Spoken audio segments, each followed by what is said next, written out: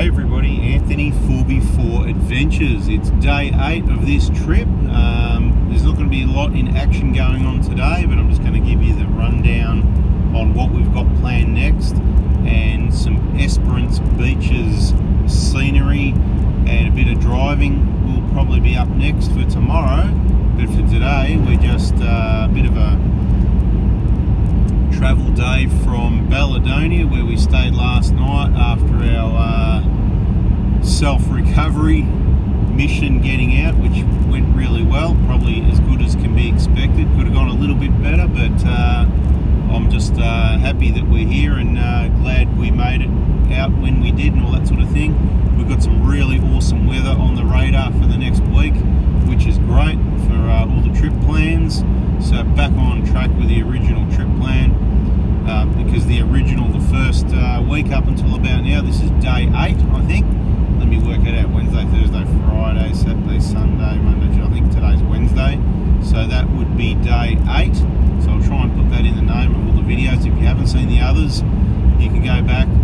I obviously missed a lot of the recovery action and drama and all that sort of thing, because it's not like we got recovery crews, camera crews and all these. We just got 2 cars, 2 blokes, a couple of kids, and some light duty camera work and food preparation services available.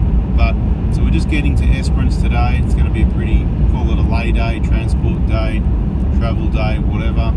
Just to recap quickly, a few days ago, would have been around about day 4, I think. Day 4 we went in at the Drums, I call it at the Drums, which is about 30 k's east of the 90 mile straight sign, at the west end of the 90 mile straight, and that takes you into Point Culver area, near the Bilbunya Dunes, and also you go the other way to get to Twilina Cove, which we did.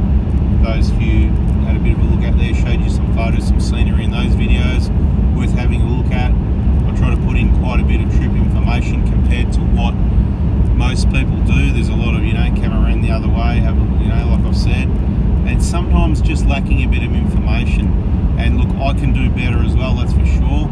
This trip didn't go as planned. I will have another one, and I'll do better next time. We'll get a map out, we'll say, look, this is where we're going, this is where we're turning in. I started off really good with the distances, but it did get a bit vague because we did have a bit going on, and yeah, pretty severely bogged.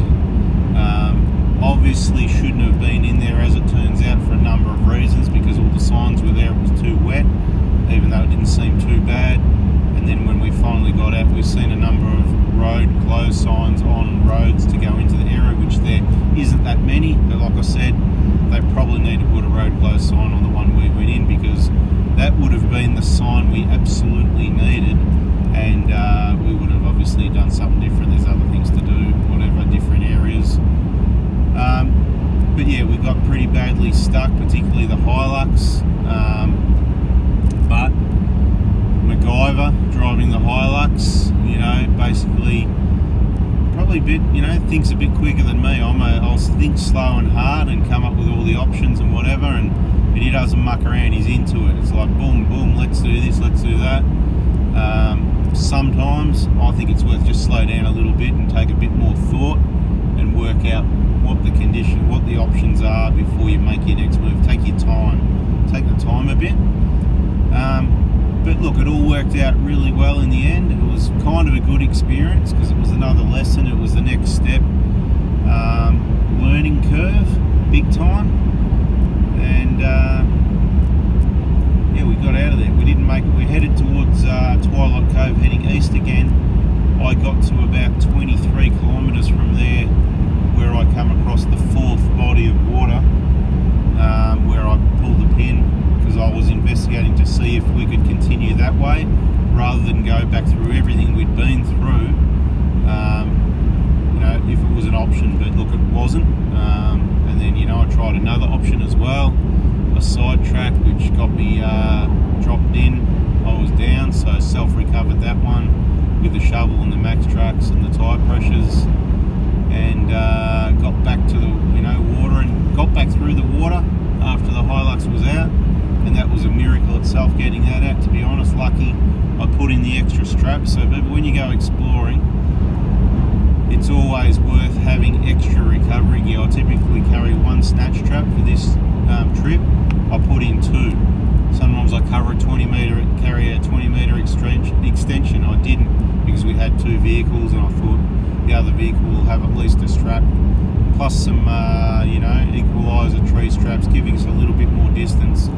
I would have thought 30 metres was enough, but as it turned out, it was sort of just enough with every last strap we had to take the procedure, and that was wrapping the recovery strap around the tyre using the track grabbers, which in this situation didn't work. It's the first time we've used those, but without those, that's what we use to secure the strap to get a wrap around the tyre, to use the vehicle with the locker to turn the tyre and wrap the strap around the tyre and pull it out backwards, which took quite a few resets. I wasn't there for that, so that was a one-man recovery while I was off exploring, trying to see if there's any other options. And then I came back to where we were. Once that was out, I came through that mess, made it all the way through, luckily, to where he was stuck, which obviously we had a vehicle high and dry, so it was an easy recovery. I think we got some of that in the video, some of the information, but obviously we're busy doing it. Very wet, muddy, slippery work.